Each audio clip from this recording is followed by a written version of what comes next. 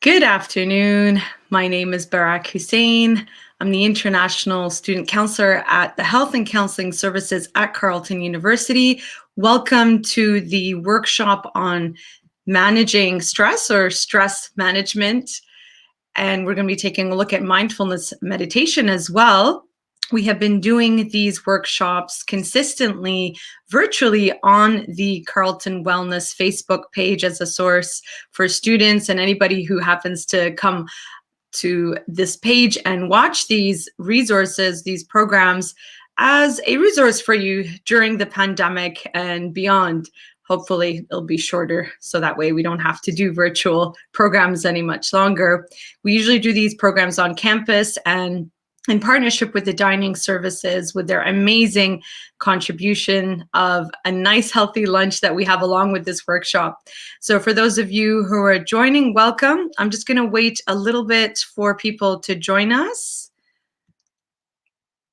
And for those who would like to get in touch with the Health and Counseling Services, if you are a Carleton University student here in Ottawa or right now across the country, this is our phone number here where you can get a hold of us. For those of you who'd like to have a counseling session, you can contact the number there on the screen and ask to speak either with myself or international students or with our other counselors. We do have a graduate students, we have a trauma counselor, we also have a racialized counselor, and all of our amazing residence counselors and the rest of the medical team as well.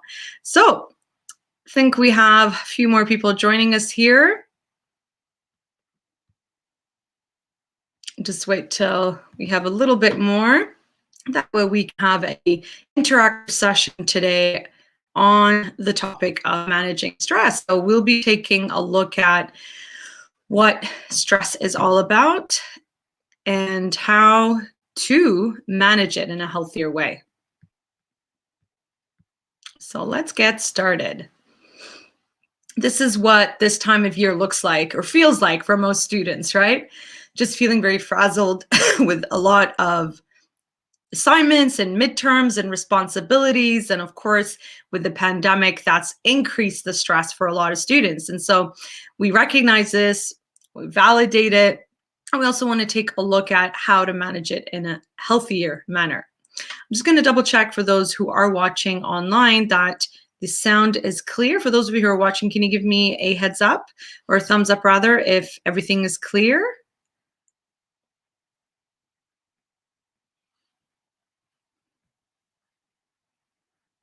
Those who are watching, or just comment. I'm just double checking here. I don't want to go on talking and then there's no sound.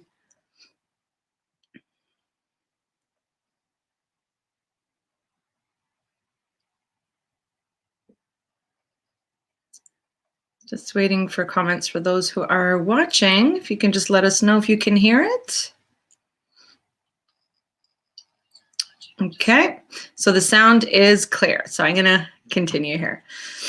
So again, thank you for those who are watching. I hope you can benefit from this. You stay at the end of the program. We'll be doing a live meditation to help you.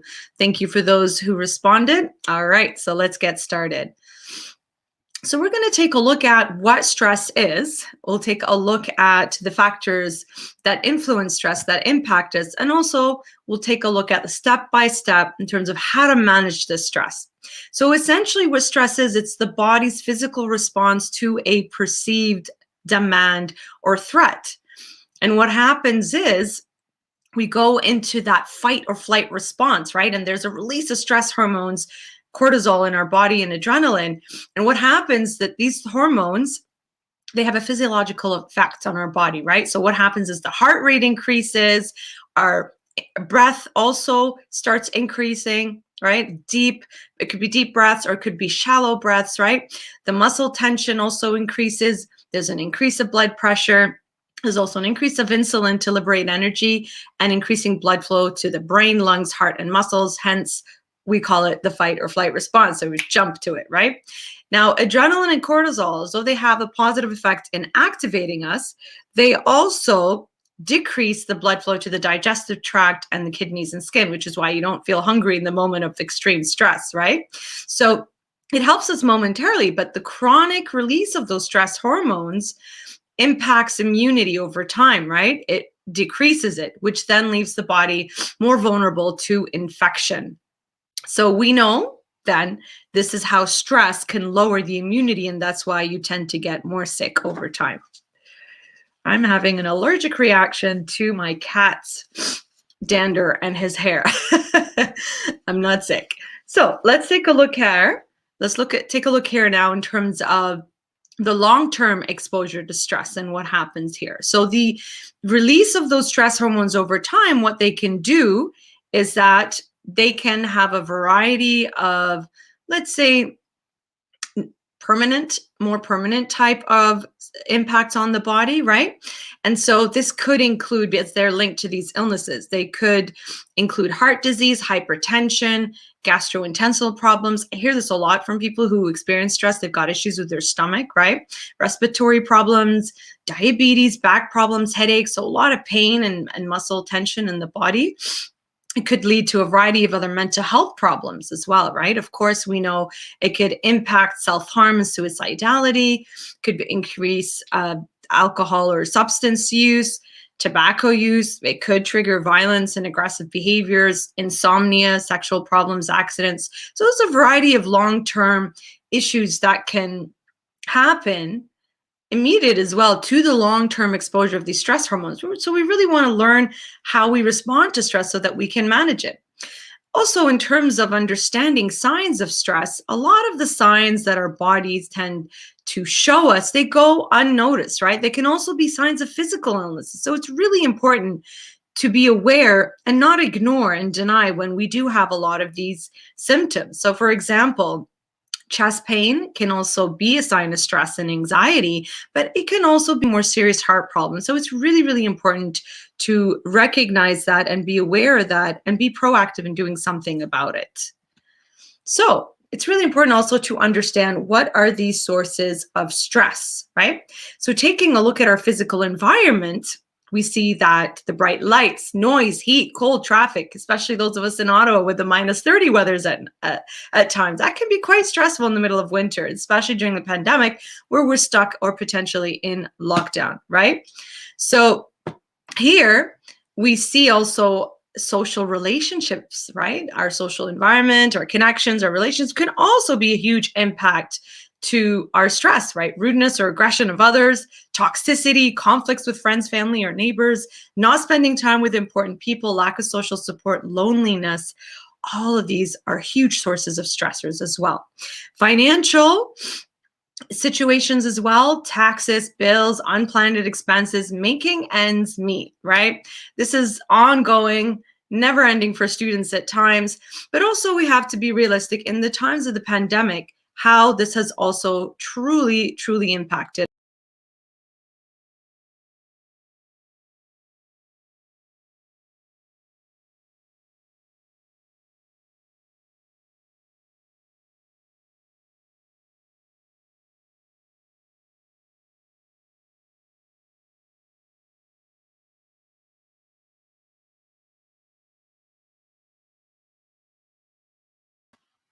So now that we have a better understanding in terms of the sources of stress around us, in terms of finances, organizational, so these are out of your hands, right? They could be regulations, red tape, work, school culture, right? So these are things out of our control, life events, right? Death of a loved one, loss of a job, illnesses, starting university, ending university, having to leave it unexpectedly, work promotions, birth of a child, marriage, winning the lottery. You notice some of these life events are positive ones. They can also increase the stress hormones in our body, right? Lifestyle choices have a huge impact on our stressors. Sleep, caffeine, alcohol, drugs, time management, nutrition. If these are not in a healthy balance, then they're off track. And when we're hit with a difficult situation, it becomes really challenging to cope with these challenges that come our way, right?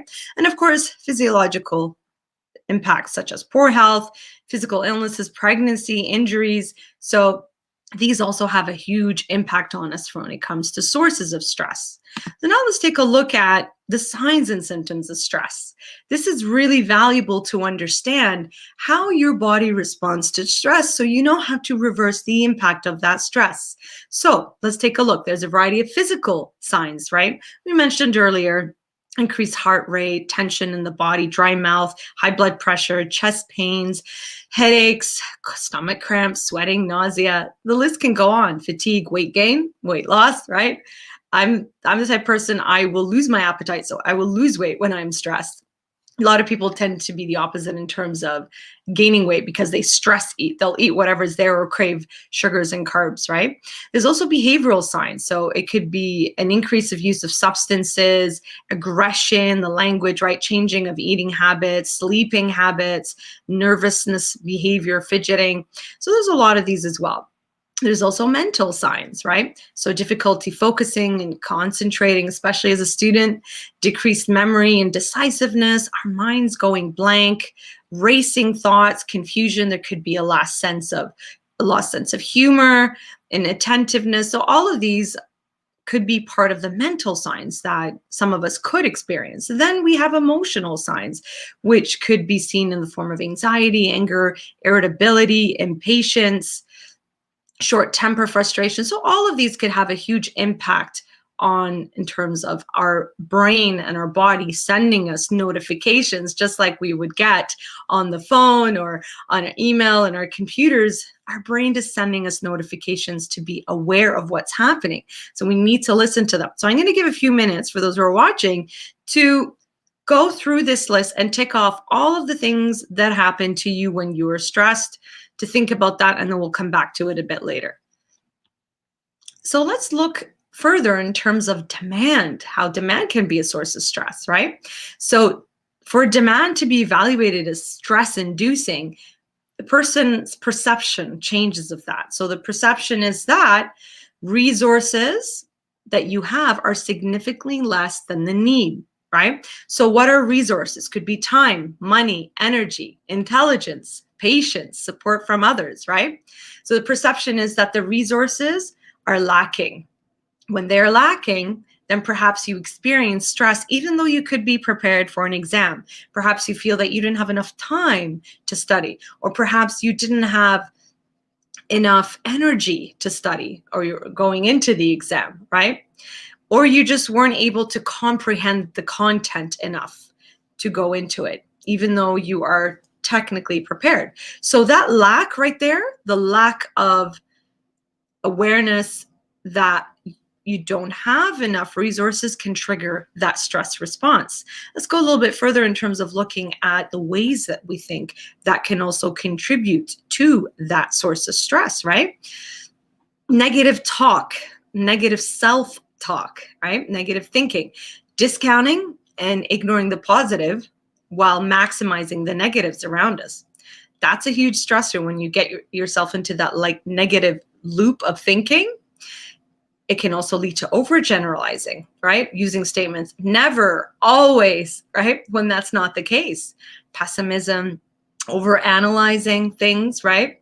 Self-criticism, self-blame could exaggerate as well. Of course, the attitude of perfectionism, that is also something that can deeply impact people. I know a lot of students who would rather be late in handing in an assignment while trying to do their best to make it perfect. Well, the idea here is that there's no such thing as perfect. It's all about doing your best with the time, with the resources that you have, given that you have, let's say, a lot of other assignments or responsibilities or tasks that you must complete, right? Another source of negative thinking is demanding, right, upon yourself, or perhaps demands from others. Awfulizing, catastrophizing, rigid black and white thinking. These are also very stressful ways of thinking that can impact your daily functioning. And I see a lot of young people who come into sessions with a lot of these cognitive distortions that disable them, so to speak, from moving forward in being positive, in looking at things in a reframable form. And so we need to work on that. So let's keep going here to actually doing this step by step. So we're all ready? Let's do this together. So step one, learning to identify if you are stressed, right? This is key. A lot of people could be experiencing a lot of symptoms that we described earlier, and they perhaps don't even realize that they are dealing with stress. So it's really important to recognize. So let's go back to that stress chart right here. And what I'm going to ask you to do is to go through this list and tick off all of the ones that you experience in times of stress. So I'm going to give a few seconds for you guys to do that, and then we'll jump right into it.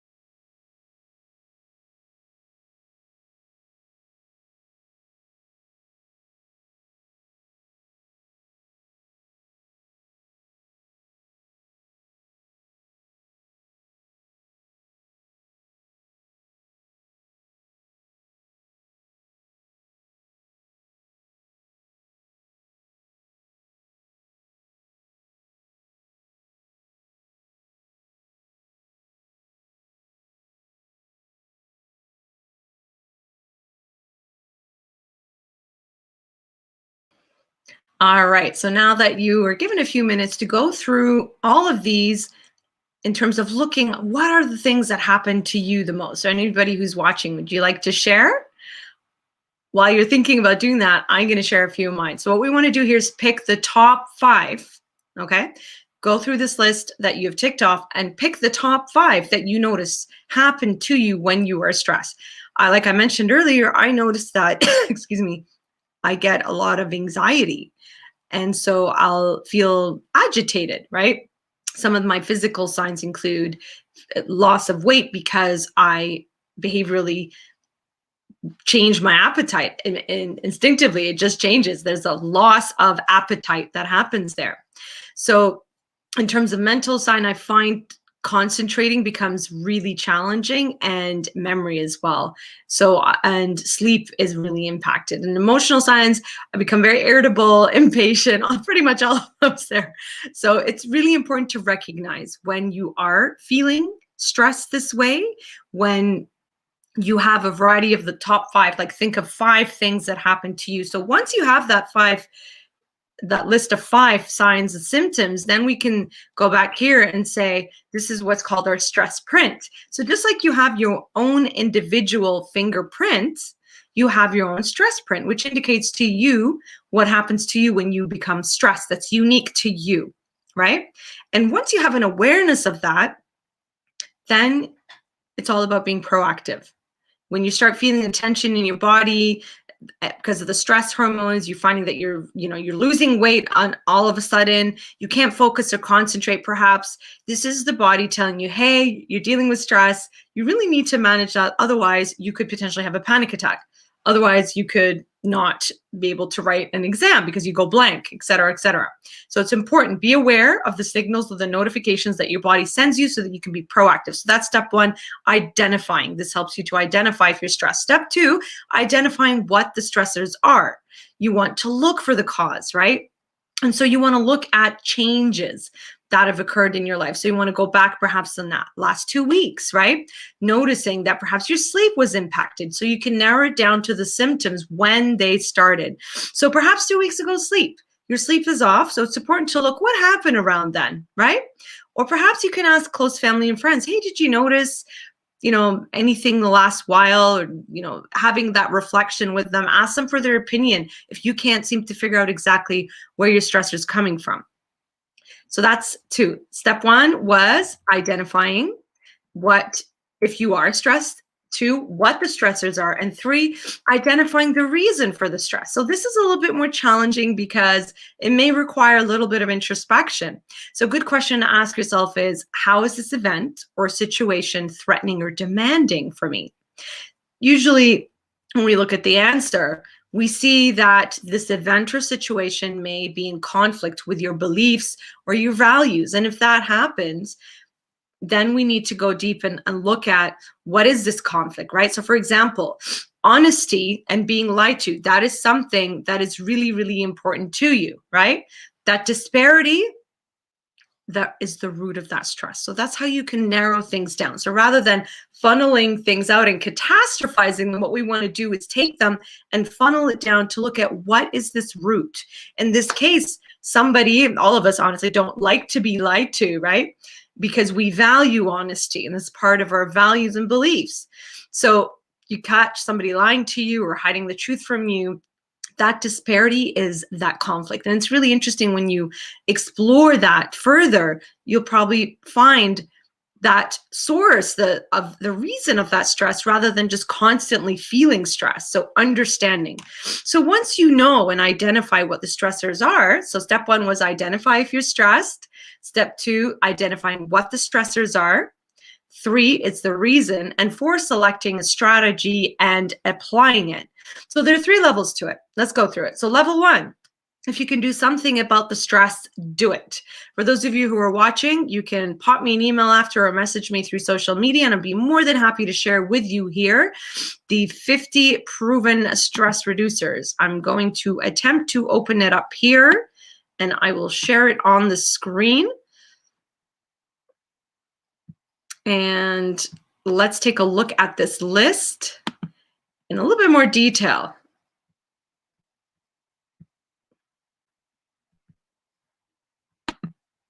So here it is on the screen. I'm just going to increase it because you can't really see it that well. There we go.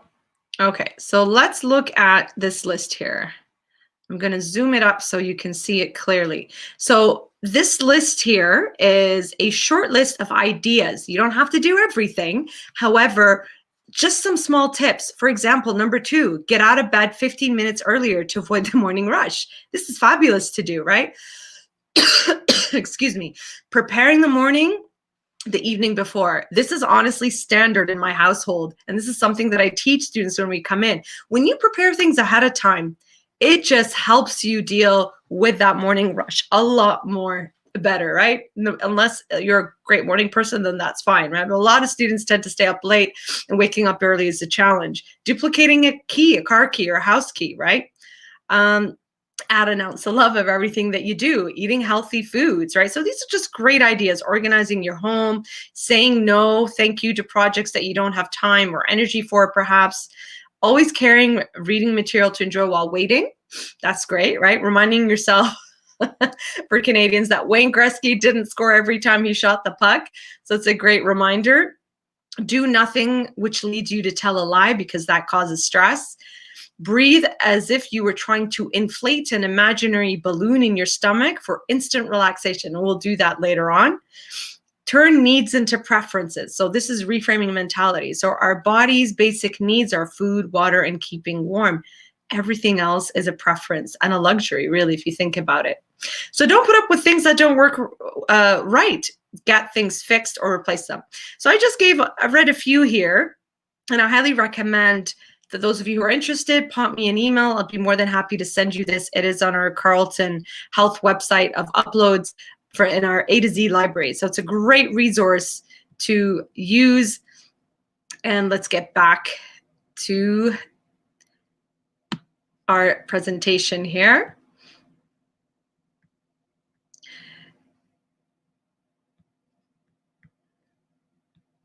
All right.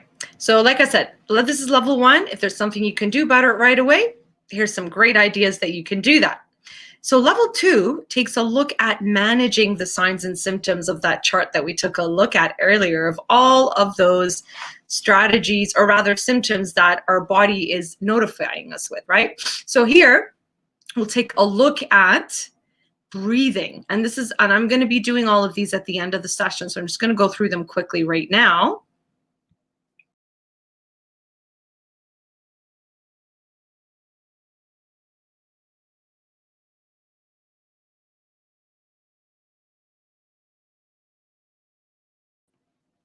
Breathing. What we want to do with the breathing is exactly how I described a little bit earlier, is breathing in through your nose, holding in your breath. So counting to 4, holding your breath at 7, and releasing through your mouth 8. So 4, 7, 8. This is one of the patterns that you can use to help with slow breathing. Or you can do the imaginary square in your head, breathing in forwards like that. So there's so many different strategies that you can do for breathing practices. This is a few that I mentioned right here. And so what happens when you do that slow, deep breathing is that you slow down your heart rate, you're getting oxygen where it needs to go. And right there, somebody once told me, when I asked them, and once we did this in session, they said, I feel oxygenated. And I thought that was a great term to use, because that's exactly what's happening, is that you're getting oxygen where it needs to go. Progressive relaxation is essentially working on our muscles from head to toe, or from toe to head, slowly tensing and releasing all the way down, so that you can relax the muscles, and focusing on different body parts that have the most tension in order to release the tension. That is also a great way of dealing with it. So this is something that we combine with breathing perhaps, or you can just do it on your own. You can do it in the morning to activate you and wake you up, or you can do it at nighttime to slowly relax the muscles before you head to sleep. It really helps there. So the idea is to do it like a domino, step by step throughout the body, right? Meditation is a great form as well of relaxation, in terms of being able to focus mindfully, meaning not engaging in a thought or an event that you remember, or anything that could be impacting you, but observing it like a third-party observer, and not engaging in the emotions. So this mindfulness meditation practice is very impactful. In fact, you see a lot of schools now teach their younger kids these practices instead of timeout or punishment or consequences. They use mindfulness meditation practices, and research has shown how it decreases stress, it decreases aggression, it increases focus and attention in the classroom, and people actually, and students actually, get better grades when they use this type of practice daily. And if it works for them, mind you, this doesn't work for everybody. So this is a great useful practice to use as well. There's also visualization. So what happens in visualization, and we'll do this again later at the end of the session, is when you are observing in your mind's eye a place, a person, a memory, and you're engaging with it in terms of the sights, the sounds, the smell. So this is a great practice as well to do to help you deal with the imminent stress. Getting a massage, of course, this is a great way of releasing the tension in your body. Exercise is your #1 stress reducer. What happens to all those stress hormones that are built up? They finally have a way of getting out of your body. What happens when you exercise is there's a release of endorphins in your body, the happy hormones, which is why you feel so great and happy after a workout, where you're getting your heart rate going, you're moving your muscles, the blood is pumping, and the endorphins are released into your system, where you get those happy hormones, right? So exercise is crucial to get rid of those stress hormones. It's really crucial now in this time of the world that we are living in. So it's valuable with the exercise to have something at home that you can do. Mind you, there's been so much out there on YouTube videos in terms of all these health gurus and exercise experts. Find something that works for your schedule and works for you and your activity level. Of course, walking 20 minutes every day goes a long way, especially when you're walking out in nature, right? I know it's extra cold right now in Ottawa with the minus temperature that we have. Layer up and get some fresh air. For students, Getting fresh air, 10 minutes of walking outside gives you 2 hours worth of study energy. That's amazing. So definitely want to include that. All forms of exercise. So whether it's dance, whether it's swimming, whether it's competitive sports. I know right now with the pandemic, it's been very different. So it's really important to look at what works best for you. Humor, that's huge to have, right? And humor in light of difficult situations, it's almost like that fake it till you make it. Laughter, it goes a long way. What happens here is that you are triggering your brain with the muscles here of smiling, that something is humorous. So then the hormones related to that are released, hence why you probably feel a bit better after laughing or smiling. So this is the making it part, right? Excuse me. My cat allergies all of a sudden just flared up right before this session and it's ongoing. So then we have also having a nice hot bath or jacuzzi or hot tub or sauna. For those of you who don't have all of that, just sitting in the bathtub for 5-10 minutes at the end of the day with some relaxation music and some candles and scents can go a long way in just stabilizing yourself. Finding a hobby, whether it's photography or stamp collection, sticker collections, right? Something that keeps your interest alive, something that you are passionate about, or perhaps volunteering. And volunteering, especially those who are dealing with depression and anxiety, has actually shown to decrease these symptoms, as when you are giving of your time and helping others, it also helps you. So, level 2. This is what we just discussed, looking at managing the signs and symptoms of stress. Let's take a look at level 3. So level 3 looks at long-term stress management strategies, right? And again, we recognize that this time, it's been a year now, almost exactly since the pandemic and lockdown started, and we've had lifts of the lockdown here and there. However, we see throughout this global pandemic, a lot of these situations in terms of the strategies have been impacted and intensified, right? Not a lot of us, perhaps we've lost our optimism. So it's really important to take a look at how we can garner these, right? How we can maximize them and stretch them out. So looking at how to be a positive thinker despite challenges, right? Looking at how to end negative talk, reframing and thinking about things in a positive way, practicing positive language every day, right? This is a huge one here.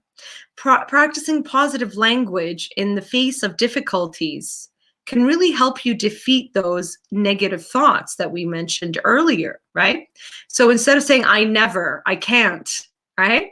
So we want to reframe that to, I can work 2 jobs, I can take 5 classes, I can have activities, I can be involved with family expectations. However, I choose not to. So perhaps lower some of these expectations, because sometimes you can easily burn out. But using the language, right? Taking onus back.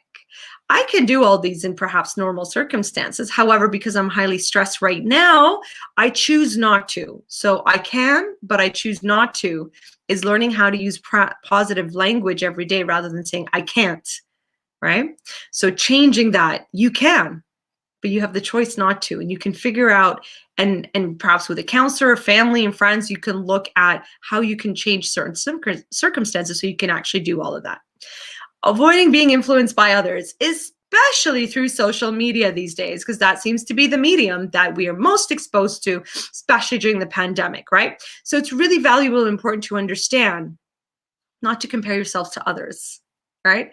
Looking at what's out there on social media is not truly how people are living, right? This is more along the lines of what people want to show or hope, right? So it's really important to understand that and not to compare yourself to other people, whether it's intelligence and looks and lifestyle, any of these things, but rather following pages that can influence you in a positive way. There's so many great resources out there that you can follow to uplift and empower and inspire you. So keep your mind mindful of that.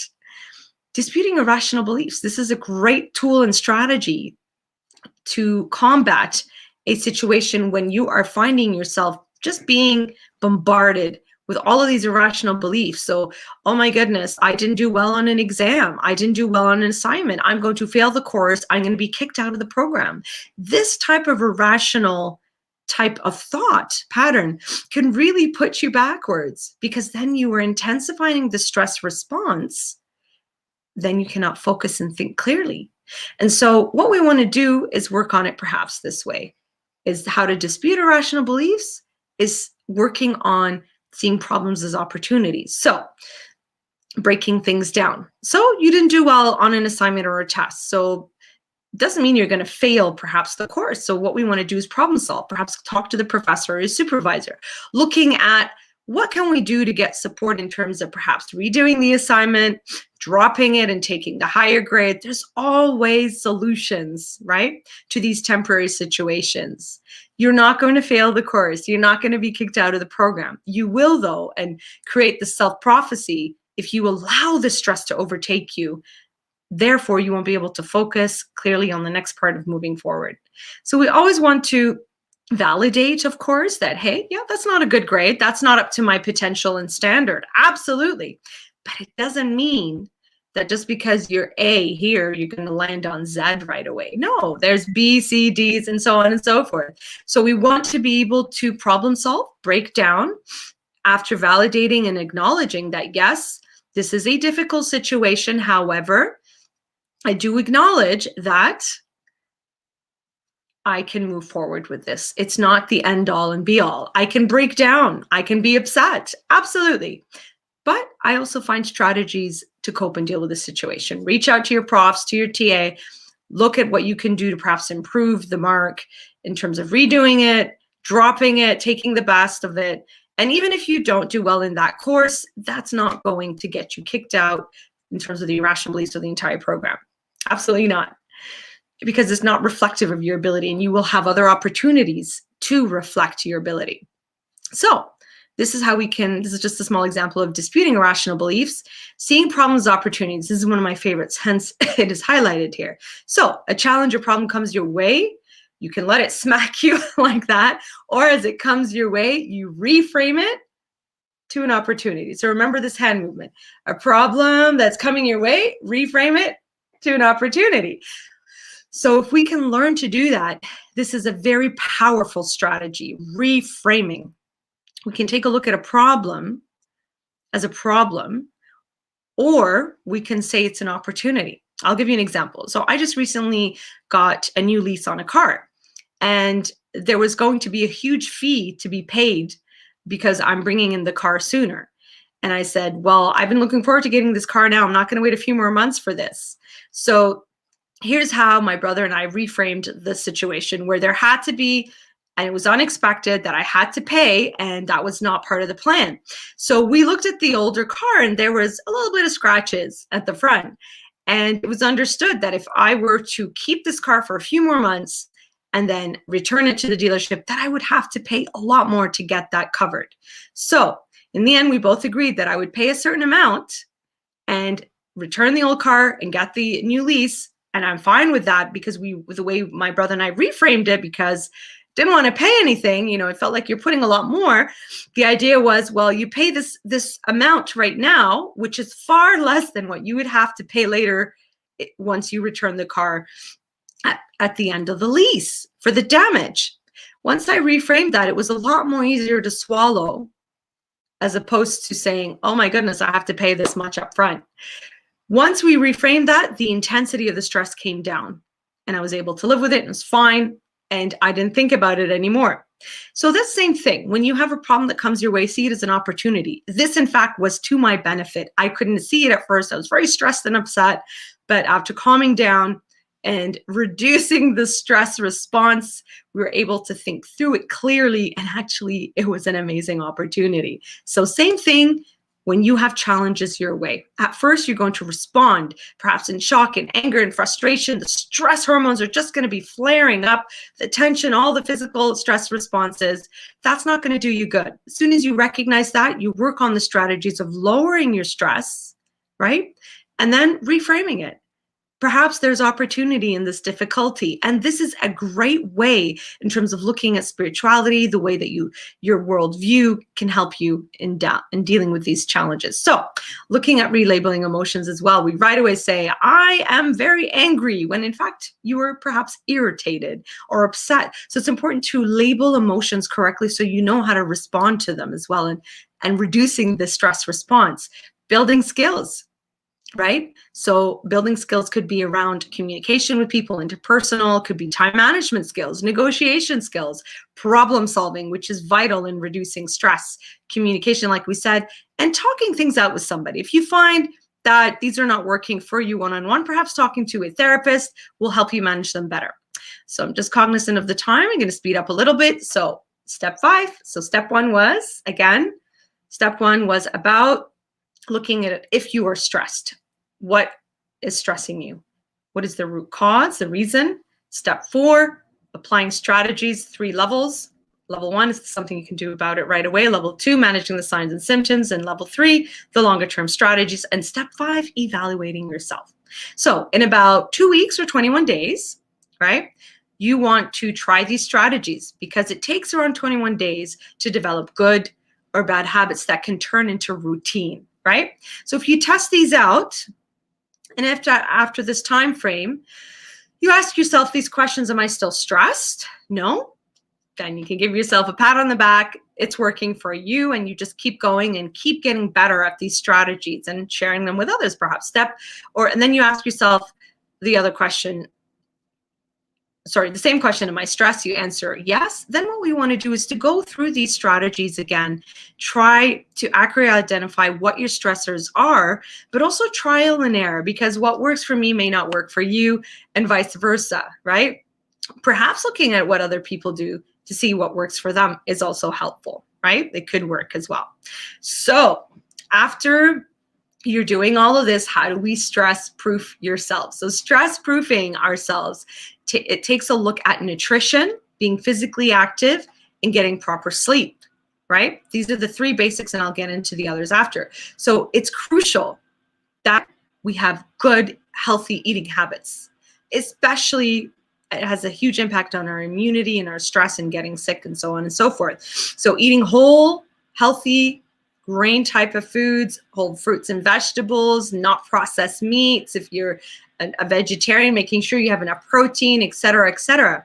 So having an all-around healthy input of food into our system goes a long way in reducing our stress. Of course, if you're constantly on caffeine, whether it's coffee or junk food, processed white sugary foods that just go right through you, that has no nutritional value and can actually increase your stress response, as caffeine can also increase your heart rate and that uncomfortable feeling. I'm one of those people, can't do caffeine. I have to do decaf. I love my teas and coffees, but I switched over to that, and I noticed an immediate response in terms of the stress and the shaking of the caffeine and the anxiety. So it's vital to understand healthy foods. And those who are interested, again, you can pop me a message. I'll be more than happy to share with you resources. Carleton students, you have access to a free dietitian, and it's really valuable to set up an appointment with the dietitian so you can go through making a meal plan for yourself in terms of healthy foods. So just quickly, in terms of meal planning, it's really important to start off looking at dinner. When am I going to have dinner for the week? Make a meal plan of dinner. Extra will be your leftover lunch. 2, the hardest are done right there. Breakfast is really important as well. Perhaps you like smoothies. I love my smoothies. I make sure I have them often, right? Oatmeal, eggs. So there's a variety, overnight oatmeal, right? There's a variety of different things that you can have for breakfast, because what happens is you are breaking your fast. You've been sleeping all night, you haven't been eating, you've been fasting essentially. And so breaking your fast, make sure you get enough sugars and energy throughout the brain, fueling your brain and your body, which helps as a student, you need that, right? So be careful with your coffees in the morning, not to take them on later in the day, as again, that can really impact your sleep, because these 3 things, like we mentioned at the beginning, they are all interrelated and they're all what we want to have in balance. We spoke earlier about exercise, crucial, whether it's at home, going outside, having a regular type of release for your body to get rid of those stress hormones is vital. Having a good night's sleep, again, that is very important, where the brain regenerates what you were learning throughout the day, the damage that's done throughout the body as well. And it's important to get that good 7 to 8 hour sleep, the deep REM cycle sleep. And I know sometimes that's not realistic for students, right? However, if you can time and manage your time effectively, and especially before going to sleep, having nice before sleep routine, meaning not watching violent programs before going to bed or reading violent and scary things, right? And definitely not studying right up until before bedtime. You want to have a switch of routine and have that nice transition before you head into bed. There's a lot of things you can do, such as taking a nice warm shower, drinking herbal teas that are sleepy, sleepy good night, sleepy herbal teas, things like that can go a long way in helping you going towards bed and falling asleep. Now, if it's hard for you to fall asleep, you can always take melatonin or sleeping pills off the counter. If it's too much in terms of these not working, you can absolutely get a prescription from your doctor to help you. And it's not something to use long-term, but temporary with the sleep routine, so that when you take the pill, do your routine, when you finally put your head on the pillow, you're knocked out for a good few hours sleep. So try to sleep regularly. I know it's difficult with the class and work sometimes, but as much as possible. We also recommend during the weekend. I don't follow my own advice. I have to say the weekends are staying up late, sleeping in. I'm a night owl, but definitely try to regulate that before the work week or school classes, just so that you can have that regular routine. So eating, sleeping, exercise, always try to have them in good balance. So when difficult situation comes your way, you respond to it better than when they're off balance. Eliminating substances, right? That can go a long way. Like we said, it could be caffeine, it could be drugs, and so on and so forth. Establishing and maintaining healthy relationships. So within your family and friends, cutting out toxicity around you. So being mindful of what toxicity is. Just because people say no to you or people don't do what you want, perhaps the problem is with you, not with them. So being very aware of that. But definitely there are those who are infringing upon your space, your energy, your time. And if they don't respect your boundaries, then there definitely needs to be a discussion or reducing and eliminating that, right? Working on keeping a positive attitude. When you have that positive attitude and you propagate it, you are more likely to see positivity around you. And at the University of Carleton, the happiness research lab that we have has proven that time and time again, in terms of positivity and positive attitude and resilience and connecting to nature and how that impacts your positivity. So if you just check that out at Carleton University, if you go to their website there, the Happiness Lab, they've got a great variety of positive resources for you to use. And like we said, building skills, just like the 50 proven stress reducer that I talked about earlier. You can email me and I will send that to you. That can give you strategies for building skills. So whether it's time management, interpersonal, communication, these can build your confidence and your self-esteem once you develop your abilities a little bit more. And creativity, that goes a long way in helping you manage and deal with stressors in your life, right? Because then you have a timeout away from school, from work, from perhaps stressful people, that your own time, and you need that time to yourself, right? To rejuvenate, whether it's a hobby, whether it is enjoying a great movie, reading a book, being creative means painting, perhaps photography, or doing your own types of things at home. So much out there that you can do with being creative. It's a great way of reducing stress. So how do we make these changes? Make them slowly, right? Start with the easier ones. The baby steps can build your confidence, and it helps you go towards more of these challenging situations. You don't want to get discouraged by setbacks. So we learn from these changes, the slow ones, and find out how others have done it, right? You can perhaps save yourself a lot of time and energy by learning from others who've gone through what that you are going through and learning what they've applied, right? Finally, this is the basics that we've shared in terms of how to get started with your stress management. There's obviously so much more information out there, other experts talking about stress in so many different ways. You can find that on the internet. You can take courses and other resources that are available for you. However, if you feel that your stress is still overwhelming you, despite these resources that we provided, please don't hesitate to contact the Health and Counseling Services as a Carleton student, especially now in the pandemic. We are virtual, so you can still access counseling supports virtually. And for those of you who are not from Carleton University, if you're from other institutions, please look to see what your university offers for you. And for those of you who are not post-secondary students, absolutely look into seeing what your work offers you in terms of counseling supports. Looking in the community, go to your doctor, and then they can also refer you to the appropriate resources to help you with counseling. So here's some resources that you can find online in terms of the information that we presented, along with other information. And my email is right here at the bottom. So you can pop me an email if you'd like some of these resources. I'd be more than happy to share them with you. And so this is our information at Carleton University. So we are located at the Carleton Technology and Training Center. We are fully functional virtually. We do have medical doctor appointments as well as counseling appointments virtually. Just call, ask to speak directly with myself if you'd like to speak as an international student, or if you just want to speak with me as a Carleton student. We do have a variety of great team to support and help you, whether it's mental health counseling or medical as well. All right, so we are going to be doing the mindfulness body relaxation. Last time I did this live, apparently my voice wasn't working and all we saw was a video. So I'm going to make sure here that it is actually working. And for those of you who are watching, to again let me know if it is working. So I'm just going to double check right now. Let me just give you a moment. And we shall include this here. And I need your help to let me know if it is working or not. So please let me know if you can hear the sound. I'll be starting that in just a moment. So let me know if you can hear the sound.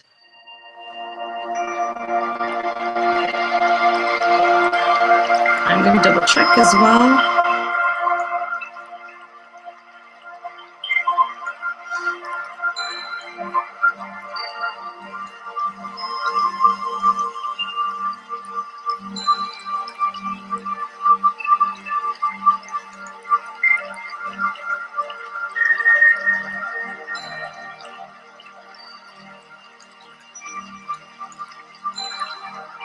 All right, so the sound is working.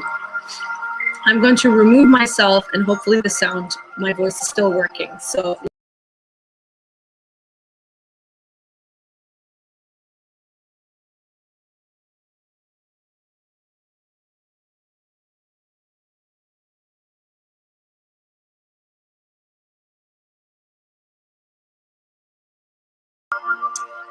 my voice does not work when I'm off visually.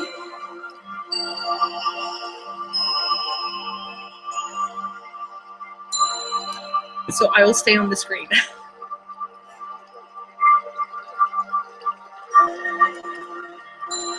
Just double check. The sound is all good everywhere else before we begin this wonderful mindful meditation.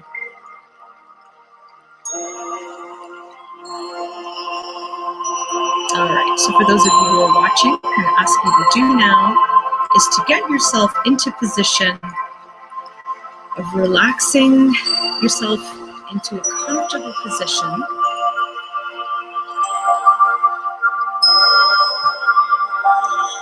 Find yourself in a comfortable position, whether you are laying down, whether you're sitting on the chair. And what I'd like to do is for you to put your feet flat down on the floor. If you're laying down, to notice your body flat down on the floor and notice your feet. So we'll start off with that in terms of our sensations and being aware of our sensation. Of our feet on the floor. I'm going to ask you to close your eyes. If you prefer to watch the beautiful nature scenery that we have here.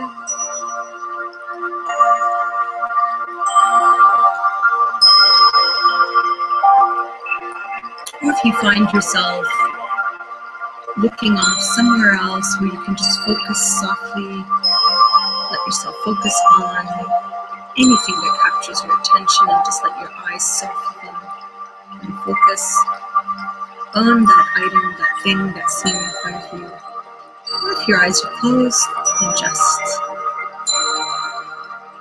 observe yourself with your eyes closed in your mind. So now that we have our focus and attention, we can image in our head perhaps, or just with our eyes closed or the scene in front of us. We're going to start our slow, deep breathing. We're going to breathe in through our nose, counting up to 4, holding our breath, Counting to 7.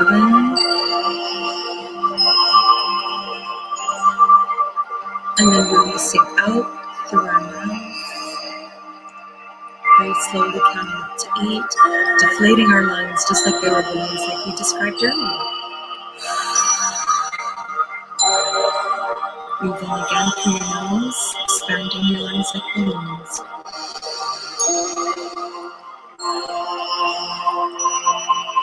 Holding our breath, counting to 7.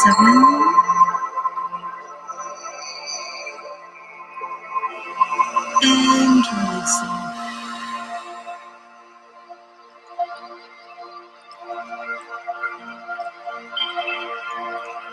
Very slowly, breathe in again, slowly through our nose.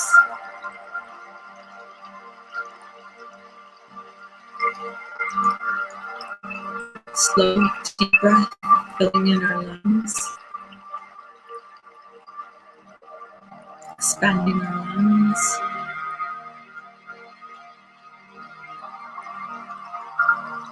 Holding and then releasing. So find your rhythm with your breath.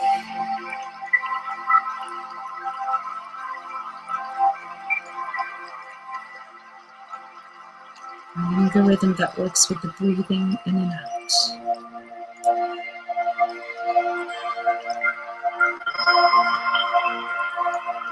So keep breathing in slowly, holding and releasing with your own rhythm.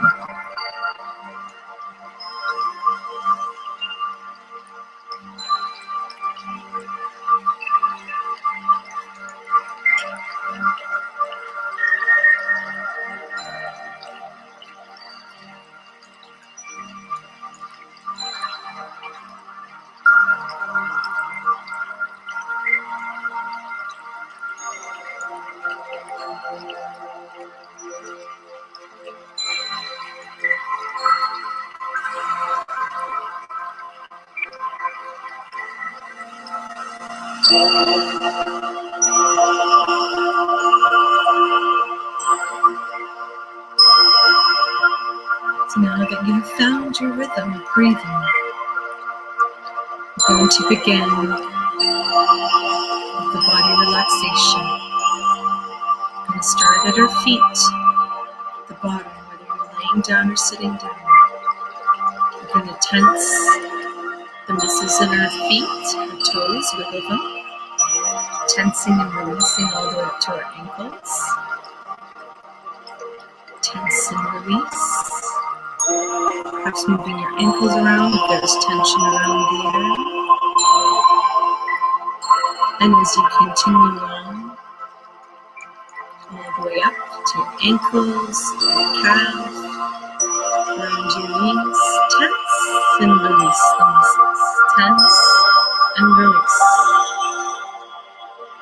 And then going up now to your knees, tensing and releasing, moving the joints back and forth, all the way up over your legs, quads, the back of your legs, your thighs, going up to behind your lower body, tensing and releasing all the muscles, your lower back, your stomach area, all the way up your navel, the middle of your back, tense and release.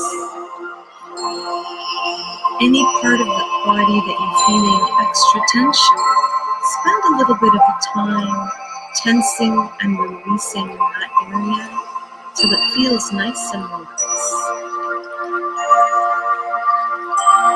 Now let's move up to our chest area. Don't forget, you're still breathing very slowly. And all the way up to our back, neck, under our collarbone area, our shoulders, tensing and releasing.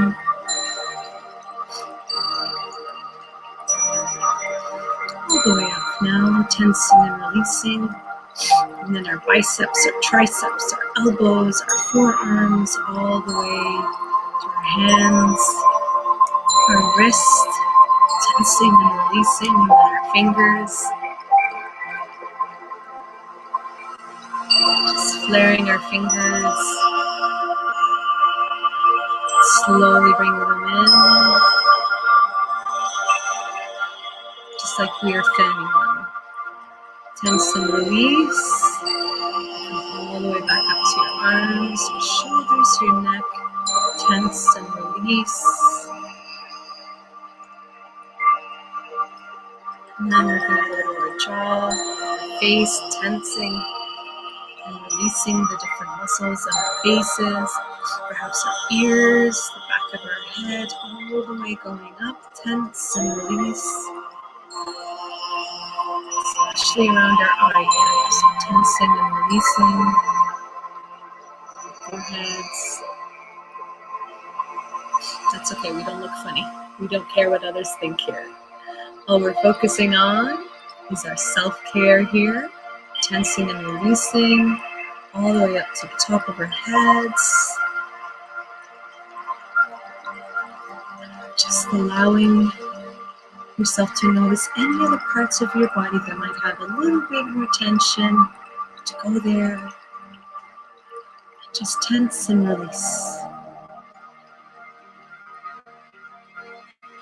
You can do this little bit by little bit like the domino effect, or you can tense and release your entire body from head to toe all at once.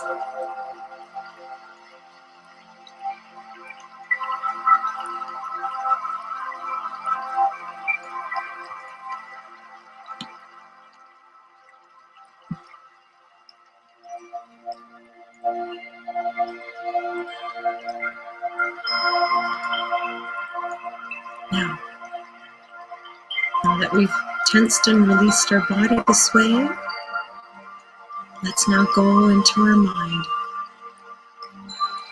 Continuing to breathe very slowly. We're very relaxed right now. All the tense areas of our bodies are quite relaxed. And in our mind's eye now, let's use visualization.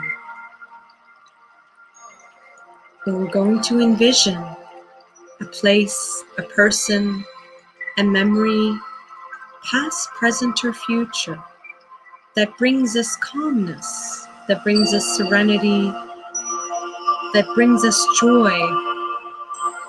that makes us feel positive, that makes us not feel anything negative, perhaps. So envision that in your mind's eye. Place, a person, a memory, a wish, past, present, or future. Now that you have that in your mind's eye, I'd like you to imagine now, what does it taste like? What does it feel like? What does it sound like? What does it smell like? What does it taste like, perhaps? What would you like to tell that memory, that person, that place, that object?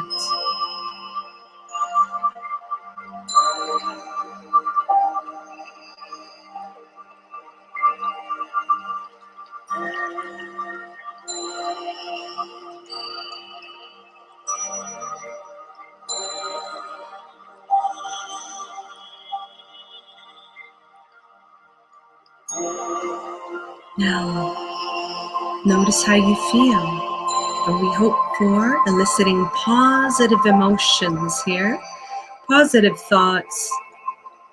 Observe how you are feeling and responding, and embrace that beautiful, calm, positive thought or emotion. Hold that close to you. Honor that. Hold it dear to you. Notice how you are feeling from head to toe.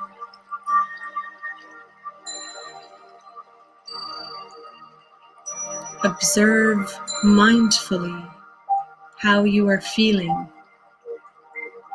Notice what you are feeling without engaging with that emotion, mindfully observing from a space that you are in right now. Don't forget to keep breathing in the rhythm and in the relaxed state of mind and body that you have now created.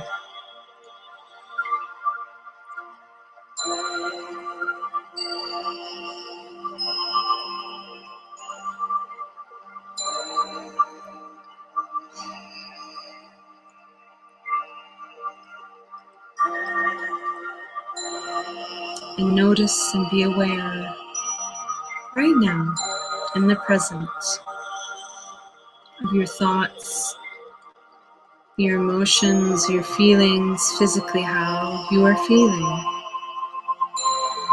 And bringing yourself back to the space that you are laying down or sitting in by perhaps wiggling your toes, tensing the muscles again, observing the feeling that you are experiencing right now. Perhaps you are feeling spiritually uplifted and connected, something of value and importance to you. Perhaps you're feeling relaxed and at peace and positive.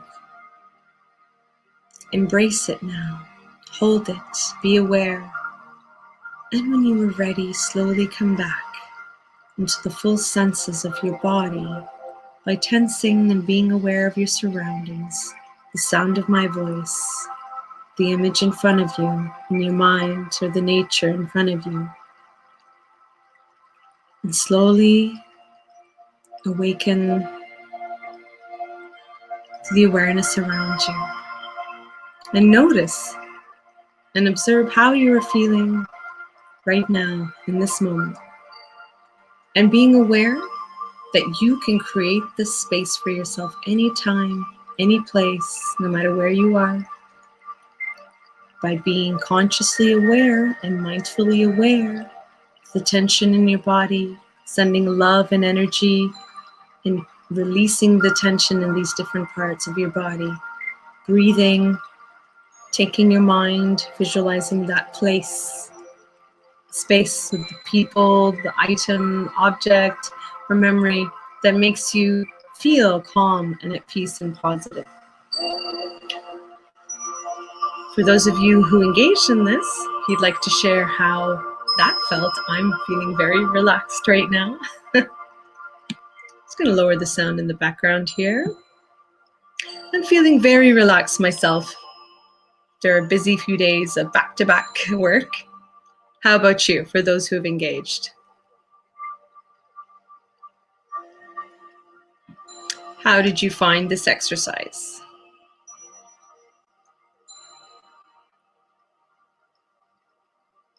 Quite engaging, huh? Engages your mind, your sensory, all your senses rather all together. And it just helps you, step out of the moment of the difficulty that you could be experiencing, whatever it is. Just take a moment inward to reflect and give kindness and compassion and time for yourself away from the stressors of life. So you can do this anytime, any place. And just like to get back.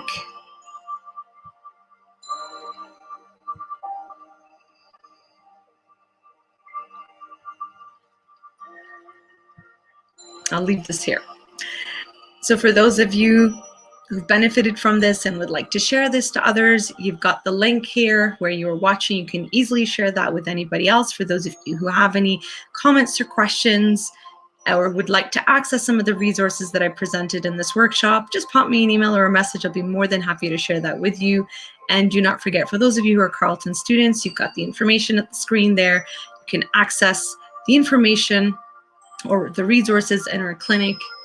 And in 2 weeks, same time, on the 30th of March, I'll be doing a workshop on how to manage stress for exams. In the past, we've done this in person again, teaming up with the dining services and the International Student Services Office to offer this for our students. And every time we've done this, I've always heard the students' feedback in terms of this really helped them going into exams, and they were glad that they did. So we've been doing it virtually now a few times. We'll be offering it before exam time. Anybody's welcome to pop in, set yourself a reminder, and we'll be promoting it over closer to the date. Thank you very much again for all of you who've participated, who watched this. Please do share this with other people. Don't hesitate to reach out and ask for support as needed. Take care and have a blessed day.